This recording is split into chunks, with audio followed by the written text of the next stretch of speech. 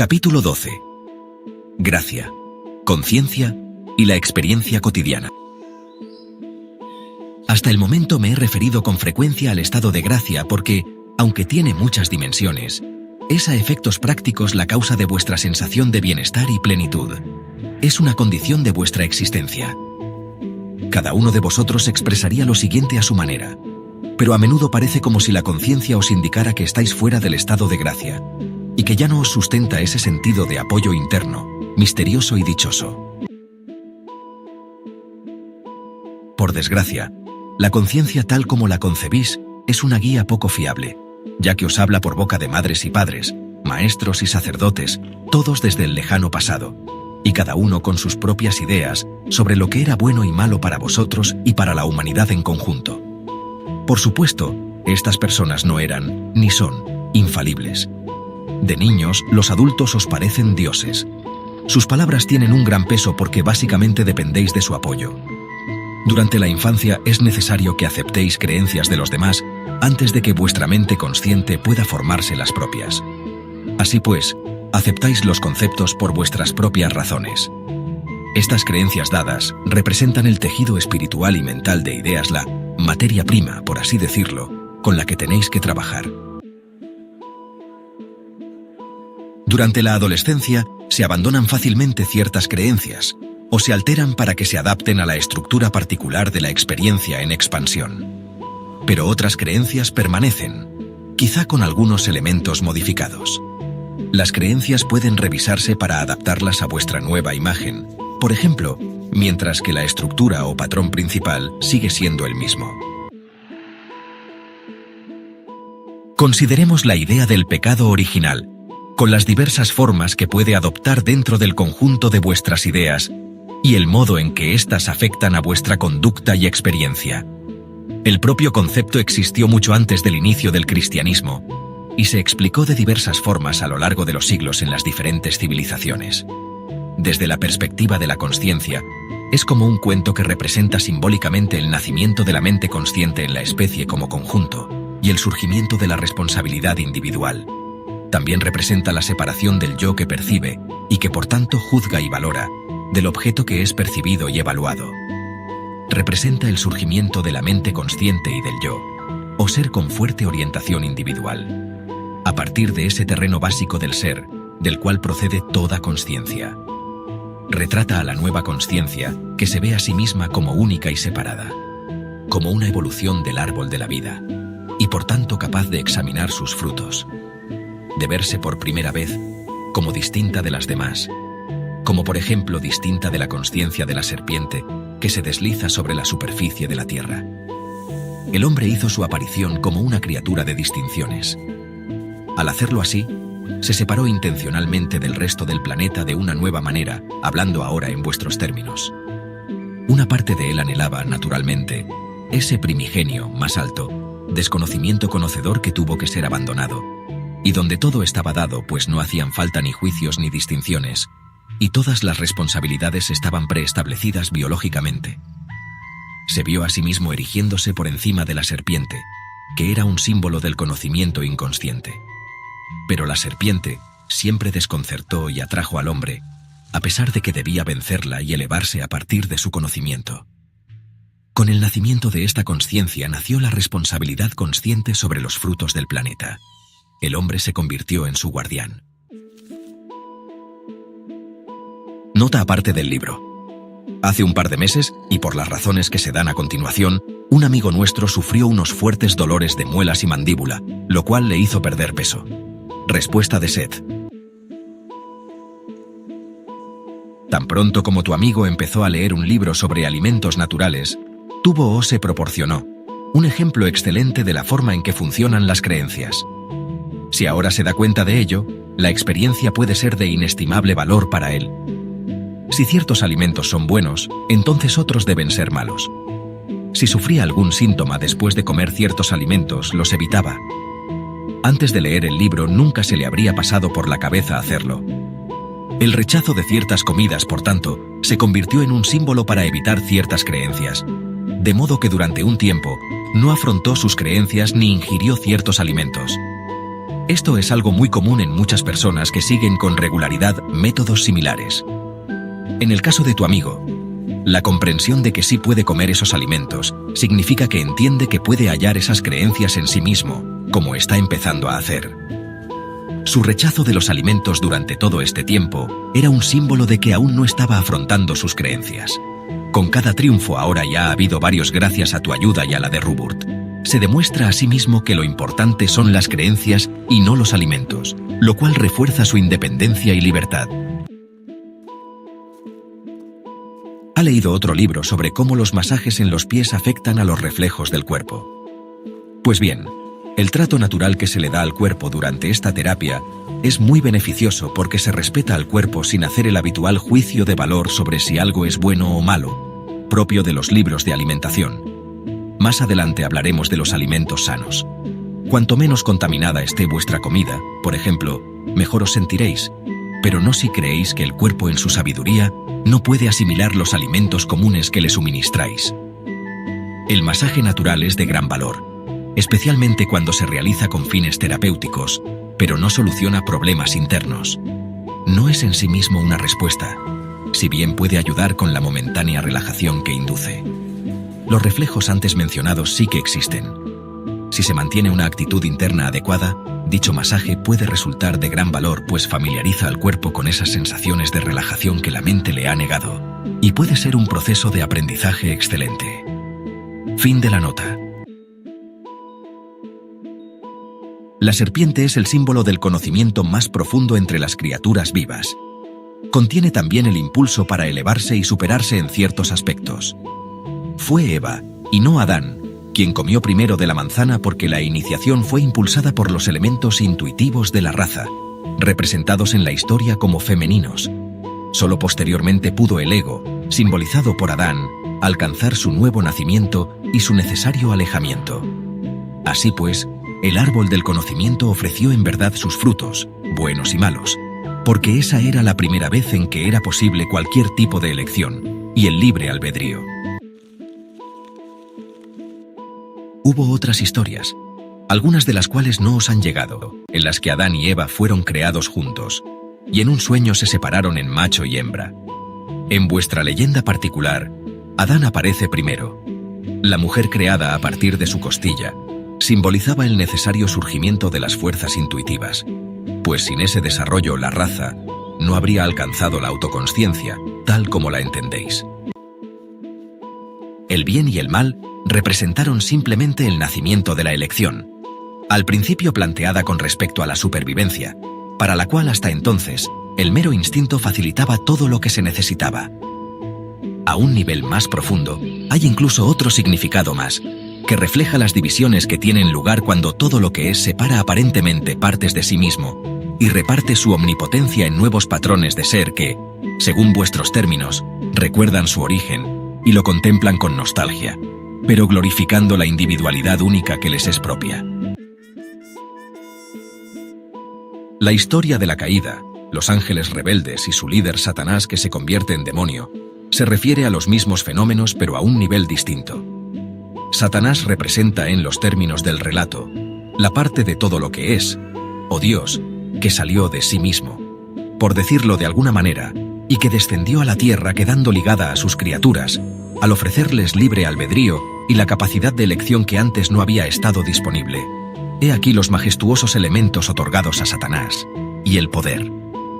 Las características terrenales suelen aparecer cuando se lo representa como animal, ya que por supuesto también se lo relacionaba con los atributos terrestres intuitivos, de los que brotó la nueva conciencia humana. Desde el punto de vista del funcionamiento biológico, ahora teníais una especie que ya no dependía completamente del instinto, aunque conservaba todos esos naturales deseos incorporados de la supervivencia, así como la aparición en ella de una mente capaz de tomar decisiones y hacer distinciones. Este nuevo tipo de consciencia trajo consigo el espejo de la memoria, con el que la dicha y el dolor pasados podían recordarse, y por tanto la constatación de la muerte se hizo más inmediata de lo que lo era en los animales.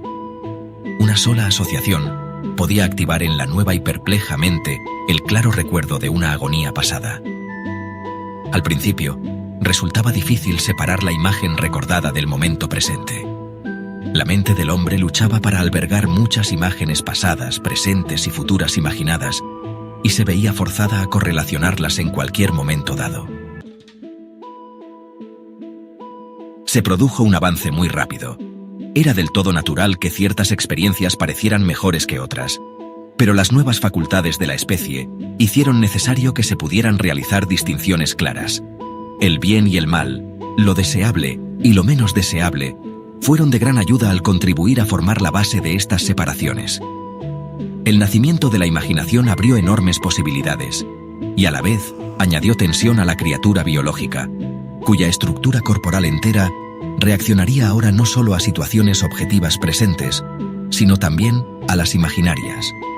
Al mismo tiempo, los miembros de la especie tenían que hacer frente al entorno natural, al igual que cualquier otro animal.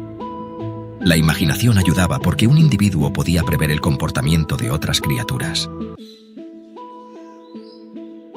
Los animales también poseen cierta previsión inconsciente, pero no tienen por qué asumirla de forma consciente, tal y como sí lo hizo la nueva consciencia. Y repito, el bien y el mal y la libertad de elegir acudieron en ayuda de la especie. El animal malvado era el depredador natural, por ejemplo. Aquí convendría que el lector recordara lo que hemos dicho anteriormente acerca de la culpa natural, pues comprendería más fácilmente los mitos posteriores y las variaciones que surgieron de esos mitos. A medida que se desarrollaba la mente, la especie podía transmitir a su descendencia la sabiduría y la ley de sus mayores. Esto aún se practica en la sociedad moderna, por supuesto, pues cada niño hereda las creencias de sus padres acerca de la naturaleza de la realidad. Al margen de otras consideraciones, esta es también una característica de las criaturas vivas, solo que los medios son distintos en los animales. No obstante, el avance continúa. Las ideas sobre el bien y el mal son siempre pautas que luego son interpretadas individualmente. Como estas ideas están relacionadas con la supervivencia, tal como dijimos anteriormente, tienen una gran carga emocional. Al principio, había que impresionar a los niños con el hecho, por ejemplo, de que un animal era malo porque podía matar. Hoy en día una madre diría inconscientemente lo mismo acerca de los automóviles. Esa temprana aceptación de creencias tiene pues importancia biológica. Pero, a medida que la mente consciente alcanza su madurez, le resulta también natural cuestionarse esas creencias y evaluarlas en relación con su propio entorno. Muchos de mis lectores quizá tengan ciertas ideas sobre el bien y el mal que resulten un estorbo. Pueden ser viejas creencias con ropas nuevas. Tal vez os consideréis libres, pero alberguéis viejas ideas elaboradas de otro modo o enfocadas en otros aspectos. Vuestra experiencia cotidiana está íntimamente relacionada con vuestras ideas de valor y valía personal. Tal vez seáis bien capaces de ver las distorsiones del cristianismo convencional. Quizá hayáis cambiado vuestras ideas hasta tal punto que apreciéis pocas similitudes entre vuestras creencias actuales y las del pasado. Ahora quizá creáis en las teorías del budismo, por ejemplo, u otra filosofía oriental. Las diferencias entre cualquiera de estos sistemas de pensamiento y el cristianismo pueden ser tan patentes que las similitudes se os escapen. Quizá sigáis una de las tradiciones budistas en las que se insiste en la negación del cuerpo, la disciplina de la carne y el rechazo del deseo. Estos elementos también son muy característicos del cristianismo, pero quizás os parezcan más aceptables, exóticos o razonables al provenir de una fuente ajena a la educación que recibisteis en la infancia. Así que puede que saltéis de una a la otra, voceando vuestra emancipación y sintiéndoos muy liberados de las viejas ideas restrictivas. Las filosofías que abogan por la negación de la carne siempre acaban predicando la negación del yo y desarrollando un desprecio hacia él, porque si el alma está revestida de músculos y huesos, es para experimentar esa realidad, no para rechazarla. Todos esos dogmas recurren a la culpa artificial, para lo cual se distorsiona la culpa natural. Sea cual sea la forma que el dogma adopte, se enseña al devoto que hay algo malo en la experiencia terrenal. Así pues, se os considera malos en tanto que yo es en la carne, debido a vuestra mera existencia. Esto por sí solo provoca una experiencia adversa, pues hace que rechacéis la base misma de vuestro marco de experiencia. consideraréis al cuerpo como una cosa, un vehículo que, aunque sutil, no es en realidad la expresión natural viva de vuestro ser en forma material. Muchas de estas escuelas orientales también insisten, como numerosas escuelas espiritualistas, en la importancia de los niveles inconscientes del ser, y os enseñan a desconfiar de la mente consciente. El concepto de nirvana y la idea del cielo son dos versiones de lo mismo. En la primera, la individualidad se pierde en el éxtasis de la consciencia no diferenciada. En la segunda, los individuos aún conscientes viven en una especie de adoración mecánica. Ninguna de las dos teorías conlleva una comprensión de las funciones de la mente consciente, ni de la evolución de la consciencia, ni tampoco, por cierto, de ciertos aspectos de la física más amplia. La energía nunca se pierde. La teoría del universo en expansión se aplica tanto a la mente como al universo. Sin embargo, estas filosofías pueden inculcaros una profunda desconfianza hacia el cuerpo y la mente. Os dicen que el espíritu es perfecto, y por eso tratáis de vivir según un modelo de perfección imposible de alcanzar. Este fracaso se suma al sentimiento de culpa. Entonces intentáis eliminar el disfrute característico de vuestra condición de criaturas vivas, y rechazáis la sana espiritualidad de vuestra carne y las poderosas inclinaciones físicas actuales de vuestra alma. Trataréis de deshaceros de emociones muy naturales, con lo cual os veréis privados de su gran capacidad de movimiento espiritual y físico.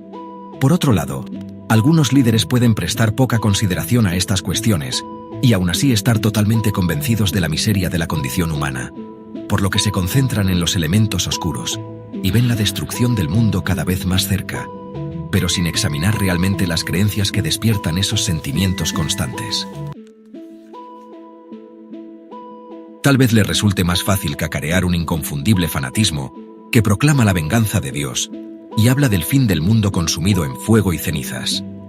Podrían igualmente estar también convencidos de la indignidad básica del hombre y, por supuesto, de la suya.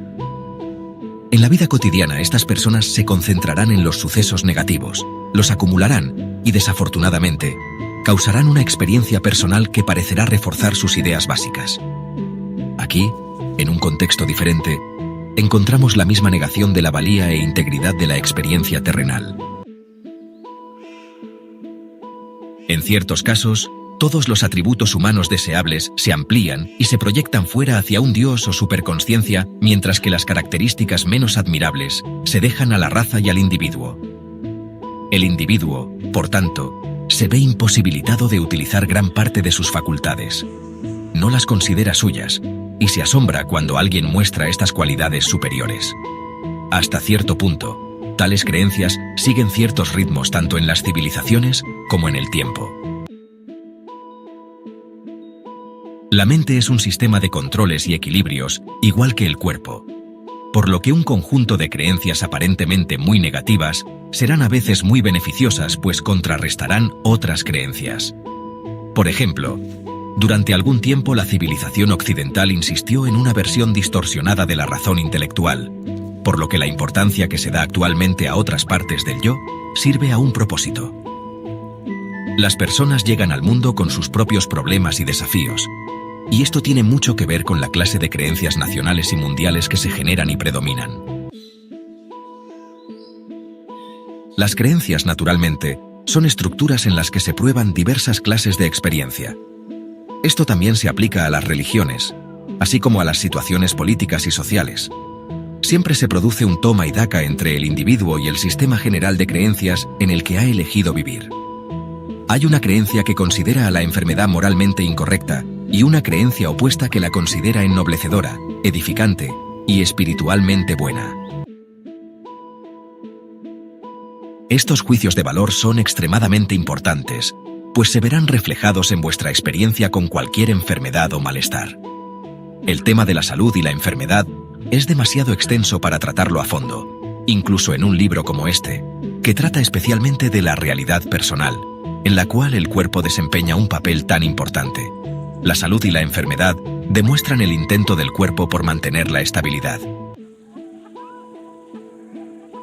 Hay diferencias entre las pautas generales de salud de los hombres y de los animales, debido a la distinta naturaleza de sus respectivas experiencias físicas. Ampliaré este tema en particular más adelante.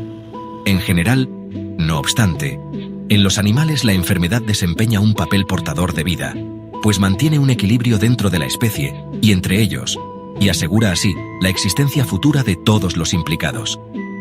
A su modo, los animales son muy conscientes de este hecho.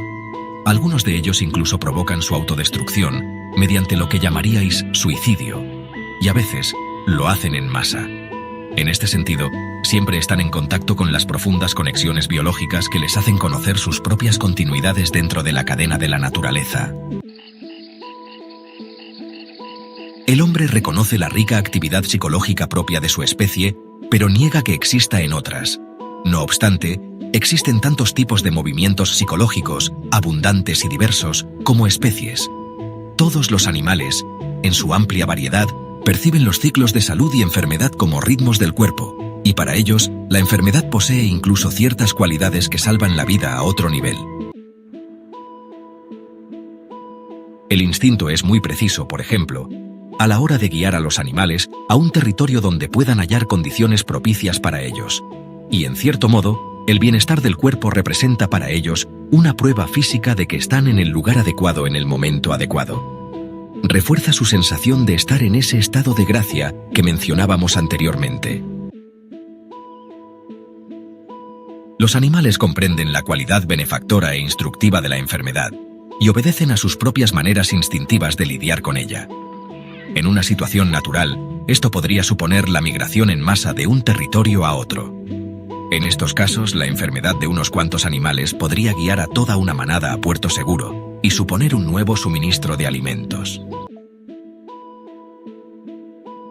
El hombre es tan verbal que tiene dificultades para comprender que otras especies funcionan mediante complejos de ideas de distinta clase, en los cuales, por supuesto, no se ve involucrado el pensamiento tal como vosotros lo concebís. Pero hay un equivalente de los pensamientos. Recurriendo a una analogía, es como si las ideas se elaboraran no mediante estructuras sintácticas reforzadas por imágenes internas visuales, sino mediante patrones mentales equivalentes, estructurados por el tacto y el olfato. En otras palabras, se trata de pensar, pero dentro de un marco completamente distinto y extraño para vosotros. Siguiendo la analogía, este pensamiento existe dentro del marco del instinto, mientras que vuestros pensamientos, articulados verbalmente, pueden también salir de esa estructura. Aquí se ven implicados tanto uno de los significados más importantes que entraña el libre albedrío, como una de las principales diferencias entre vosotros y los animales. Así pues, los animales comprenden los elementos rectores beneficiosos de la enfermedad. También comprenden que la tensión es un estímulo necesario para la actividad física. Observando a un animal de compañía se advierte su maravilloso y completo estado de relajación, pese a lo cual reacciona de forma total e inmediata a cualquier estímulo. Por eso los animales en cautividad luchan para proveerse de esos factores necesarios de tensión que son portadores de salud. Los animales, por tanto, no conciben la enfermedad en términos de bueno o malo. La enfermedad en sí misma en ese nivel forma parte del proceso de supervivencia de la vida y es un sistema de controles y equilibrios. Con el nacimiento del tipo particular de consciencia del hombre, entraron en juego otras cuestiones. La humanidad siente su propia mortalidad mucho más que los animales. Con el desarrollo de esta variedad particular de autoconsciencia, llegó la exteriorización, la ampliación y la intensificación de ciertos elementos que están latentes en otros animales, como por ejemplo, un nuevo grado en la individuación de la intensa actividad emocional. El surgimiento del momento de reflexión, mencionado anteriormente, y el florecimiento de la memoria junto con la intensificación emocional, condujeron a una situación en la que los miembros de la nueva especie recordaban en el presente a los muertos y a las enfermedades que los mataron. Se asustaron de la enfermedad, especialmente en el caso de las pestes. El hombre se olvidó de los elementos de enseñanza y de sanación, y en vez de ello, se concentró en la experiencia desagradable en sí. Hasta cierto punto, esto era algo muy natural, ya que la nueva especie se desarrolló para poder cambiar la naturaleza de su consciencia, para experimentar una realidad en la que el instinto ya no se seguía ciegamente, y y para individualizar con un enfoque muy personal la experiencia corporal que anteriormente había adoptado un patrón distinto. El hombre goza de un margen de libertad mucho más amplio. Forma su realidad según sus creencias conscientes, aunque a la vez su base se encuentra en la naturaleza profundamente inconsciente de la Tierra, en términos corpóreos. El yo soy del hombre, que parece estar separado de la naturaleza, una característica necesaria para el desarrollo de su clase de consciencia, le llevó a elaborar juicios de valor y también hizo necesaria una cierta ruptura con las profundas certezas internas de otras especies. La enfermedad se experimentó por tanto como algo malo. Toda una tribu podía estar en peligro por la enfermedad de uno de sus miembros. Al mismo tiempo, a medida que se desarrollaba la mente, la astucia y la memoria se convirtieron en herramientas de supervivencia muy eficaces. Algunas sociedades o tribus mataban a los ancianos, a los débiles y a los enfermos, por miedo a que su cuidado requiriera demasiada atención por parte de los que estaban sanos, y que de este modo se perjudicara al grupo. En otras, en cambio, se reverenciaba a los ancianos por la sabiduría que habían ido acumulando con la edad, y esto resultaba muy práctico en las tribus donde eran muchos los miembros que no sobrevivían. La historia dependía de los ancianos y de su memoria de los sucesos pasados. Y el sentido de continuidad del grupo también estaba en manos de sus miembros más viejos, quienes transmitían sus recuerdos a los demás. A una persona que hubiera sobrevivido a varias enfermedades se la consideraba un sabio. Estas personas solían observar a los animales y las terapias y tratamientos de la naturaleza. En ciertas eras, las líneas divisorias entre las especies no estaban completamente trazadas, y hubo largos periodos en los que hombres y animales se mezclaban y aprendían unos de otros. Cuando un animal está enfermo, empieza inmediatamente a remediar la situación y sabe inconscientemente qué hacer. No se molesta en pensar en vuestros términos de bien y de mal. No se pregunta qué es lo que hizo para llegar a esa situación. No se cree inferior. Emprende automáticamente su propia terapia. Pero un ser humano tiene que tratar con otra dimensión, una nueva área de creatividad, una mezcla diversa de creencias. Debe examinar sus ideas sobre el yo, ya que éstas se materializan en la carne. E insisto, la situación entraña una gran complejidad, pues la condición que se experimenta sigue siendo un intento saludable por parte del cuerpo para mantener el equilibrio. Y asimismo hay que considerar la situación mundial, el estado de la especie en el planeta, pues los problemas de superpoblación provocarán muerte para asegurar un nuevo crecimiento.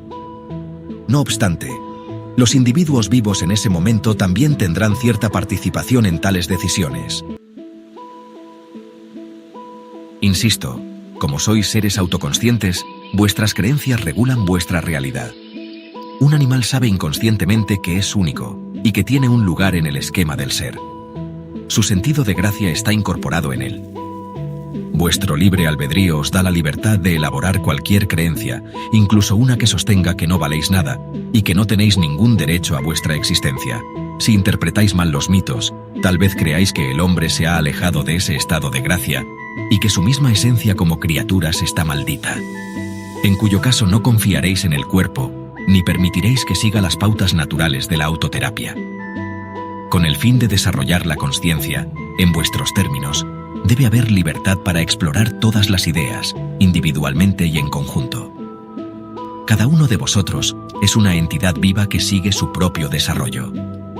Cada una de vuestras creencias tiene por tanto su origen único y sus patrones de sentimiento propios.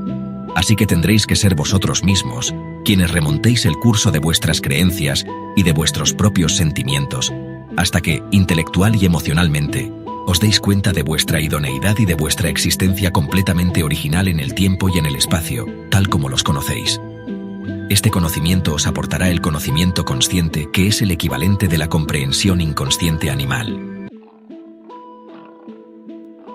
Un animal no tiene necesidad de la conciencia, en ningún sentido. Debido a la gran flexibilidad de vuestra naturaleza, En cambio, la humanidad necesita un marco de referencia en el cual puedan tenerse en cuenta las ramificaciones de esa culpa normal y saludable que hemos mencionado. Lo que vosotros consideráis como conciencia es a menudo un sentido de lo correcto y lo incorrecto que se os inculca desde fuera en la niñez. Por lo general, estas ideas representan las concepciones de vuestros padres de la culpa natural, distorsionada por sus propias creencias. Aceptasteis esas ideas por una razón, individualmente y en masa, ya que la humanidad posee en todo momento una idea muy definida del tipo preciso de experiencia mundial que creará. Como tenéis libre albedrío, también tenéis la responsabilidad y el don, la dicha y la necesidad de trabajar con vuestras creencias y de elegir vuestra realidad personal de la forma que deseéis. Os dije antes que no podéis alejaros de un estado de gracia, pero cada uno de vosotros debe aceptarlo intelectual y emocionalmente. Aunque esto os pueda parecer la ingenuidad más absoluta, no obstante, el mal básicamente no existe. Esto no significa que no os encontréis con efectos que parezcan malos. Pero, a medida que os mováis individualmente a través de las dimensiones de vuestra consciencia, comprenderéis que todos los opuestos aparentes son diferentes caras del único impulso supremo hacia la creatividad. En todo momento imperan diversos climas de creencias en el mundo. Algunas se congregan en ciertas áreas, por ejemplo, como si fueran sistemas de bajas presiones. Otras serán en general locales, y otras arrasarán los continentes a modo de fuertes tormentas periódicas. Recordad que las ideas son tan naturales como el tiempo atmosférico. Siguen ciertos patrones y obedecen a ciertas leyes así como lo hacen los fenómenos estrictamente físicos. Por desgracia, nadie examina la naturaleza de la realidad mental desde ese punto de vista. Nacéis en medio de ciertas creencias de masas, y estas varían según el país de nacimiento. Así como entráis en el cuerpo con todo su entorno físico, también nacéis en un rico entorno natural psicológico, en el cual las creencias y las ideas son igualmente reales. A medida que aprendéis a emplear mejor vuestra mente consciente, examináis las creencias que os rodean, así como cuestionáis el entorno donde nacisteis, y a menudo os alejáis de él. Quizás emigréis a un clima en el que las ideas predominantes os sienten mejor, al igual que el tiempo atmosférico. A pesar de todo, en un grado u otro, siempre tendréis ciertas tendencias, ciertas actitudes mentales sobre vosotros mismos, vuestro cuerpo y vuestra vida. Muchas de estas actitudes estarán directa o indirectamente relacionadas con antiguos mitos y creencias de vuestros antecesores. Por ejemplo, vuestras ideas sobre el bien y el mal, aplicadas a la salud y la enfermedad, son muy importantes. Pocos pueden evitar hacer juicios de valor en estos temas. Si consideráis la enfermedad como una especie de estigma moral, estaréis añadiendo una cualidad innecesaria a cualquier condición de mala salud. Estos juicios de valor son muy simplistas y pasan por alto la gran variedad de motivaciones y experiencias humanas. Si estáis convencidos de que Dios solo crea lo bueno, entonces cualquier deficiencia física, enfermedad o deformidad se volverá una afrenta para vuestra creencia, la amenazará y os causará resentimiento. Si os enfermáis, podéis odiaros por no ser lo que creéis que deberíais ser, una imagen física perfecta, hecha a semejanza de un Dios perfecto. Si por otra parte lleváis la idea demasiado lejos, que la enfermedad puede ser también un proceso de aprendizaje, entonces podéis acabar en el otro extremo y glorificar la enfermedad como una experiencia necesaria y ennoblecedora con la que el cuerpo se purga para que el alma pueda ser salvada.